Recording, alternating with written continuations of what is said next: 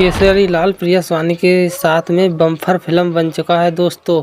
मारधार action से भरपूर film बन रहा है केसरी लाल यादव और प्रिया स्वानी के। जी हां दोस्तों, प्रिया स्वानी हीरोइन बन गई है दोस्तों। केसरी लाल के फिल्म में काम करेगा। भोजपुरी में सभी फिल्म का रिकॉर्ड तोड़ने वाला है केसरी लाल यादव। प्रिया स्वानी, जी हां दोस्तों, शानदार फिल्म बनने जा रहा है। काफ़ी पैसा लगाकर केसरी लाल बना रहे हैं। जी हां दोस्तों, 10 लाख से बजट में बन रहा है। पूरे इंडिया में छा गया है प्रिया स्वानी दोस्तों। इस फिल्म में प्रिया स्वानी गर्दा मचाया है।